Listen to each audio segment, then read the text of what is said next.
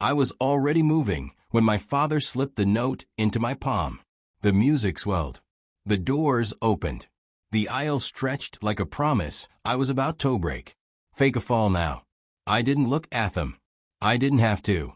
My knees buckled on cue. Silk tearing skin. Breath leaving me in a sound too real to be rehearsed. Gasps rippled. Flowers tipped. The priest froze like a pause frame. I hit the floor hard enough to zeal it.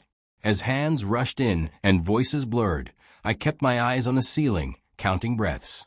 3, 4. Control is quieter when you pretend to be helpless. Sirens arrived fast. The doors closed. The world narrowed to white light and antiseptic.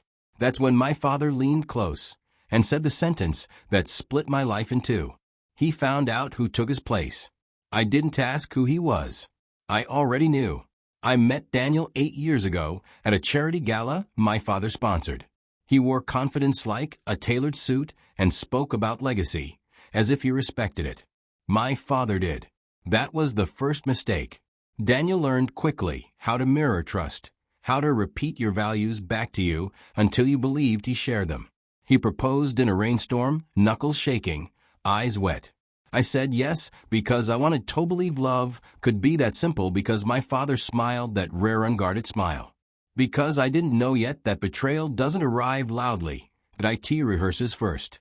The changes were subtle. A canceled lunch here. A shifted password there. His phone never left his hand. His voice softened around other people and sharpened with me. I told myself weddings do that to men. Then came the slip. A message preview on his screen cut off mid-sentence. Can't believe she still doesn't know your. I didn't confront him. I saved the moment. Screenshots or a form of patience. The truth didn't come all at once. It stacked. A forged signature on a loan.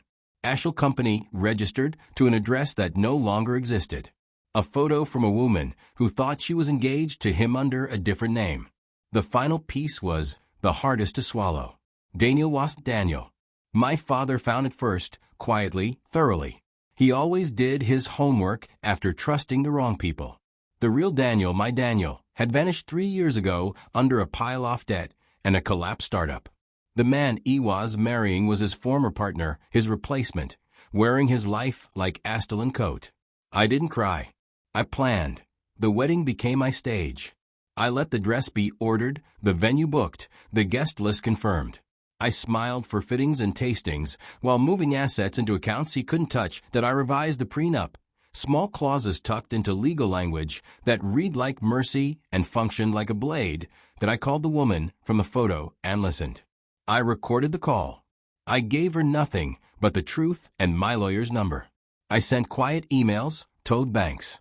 I flagged the signatures. It waited. On the morning of the wedding, my father handed me the note. He had learned one last thing. The real Daniel was alive and on his way. So I fell. The ambulance stopped the ceremony without suspicion. Concern is the best cover. As they wheeled me out, I saw my almost husband's face pale.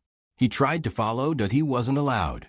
In the emergency bay, my father squeezed my hand. He's here, he said. The one who took his place, he's about to lose it. I asked for water. I asked for time.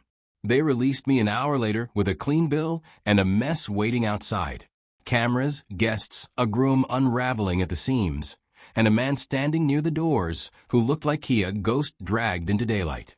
The real Daniel was thinner, older. His eyes met mine and dropped. I walked past my almost husband and took the microphone meant for vows. I'm not faint, I said. I'm finished. The room stilled. I told him his real name. I told them about the loans, the forgery, the women.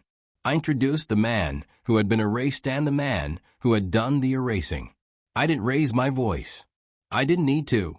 The police arrived to applause that sounded like relief. He tried to speak when they cuffed him, tried to explain, tried to bargain. That's when I leaned close and gave him the only line it saved. You wore my future like a disguise. I said it never fit. After there was silence, paper signed, accounts frozen, apologies I didn't accept. The real Daniel left town. I didn't stop him. Some things aren't Manito mend. Weeks later, I stood in my empty apartment, dress boxed, ring returned. I felt lighter than I expected. Revenge isn't loud when it's done right. It sounds like a door closing. I don't regret the fall. I regret ever believing I needed to walk straight into a lie. Justice doesn't always arrive with sirens. Sometimes it comes folded into your palm, timed perfectly, and asks you to trust yourself enough to stumble on purpose so you can finally stand.